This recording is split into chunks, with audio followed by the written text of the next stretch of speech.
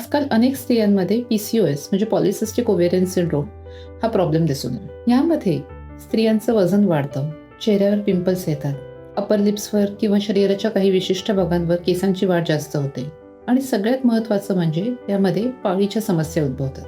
म्हणजे पाळी वेळच्या वेळेला येत नाही किंवा काही जणांमध्ये तर 2-3 महिन्यातनं औषध घेतल्याशिवाय पाळी येतच नाही. हा प्रकार हार्मोन्सच्या इम्बॅलन्समुळे म्हणजे असमतोलामुळे होतो. हार्मोन्स इम्बॅलन्स असल्यामुळे स्त्रीबीज वेळच्या वेळेला वाढत नाहीत आणि त्यामुळे पाळी येत नाही. स्त्रीबीज वाढत नसल्यामुळे या स्त्रियांना गर्भधारणेसाठी सुद्धा समस्या निर्माण होऊ शकतात. डाएट आणि लाईफस्टाईल याचा PCOSच्या नियंत्रणात फार महत्त्वाचा रोल आहे. जेवणातल्या गोड गोष्टी, तळकट गोष्टी, जंक फूड, मैदावाल्या गोष्टी कमी करणं हे खूप महत्त्वाचं आहे. त्याचबरोबर आहारात मुख्यपणे पालेभाज्या, फळं, फायबरयुक्त पदार्थ यांचा समावेश करणं गरजेचं आहे. कुठल्या ना कुठल्या स्वरूपात कमीत कमी अर्धा ते पाऊण तास फिजिकल ॲक्टिव्हिटी म्हणजे व्यायाम हे देखील PCOSच्या नियंत्रणासाठी खूप महत्त्वाचं ठरतं.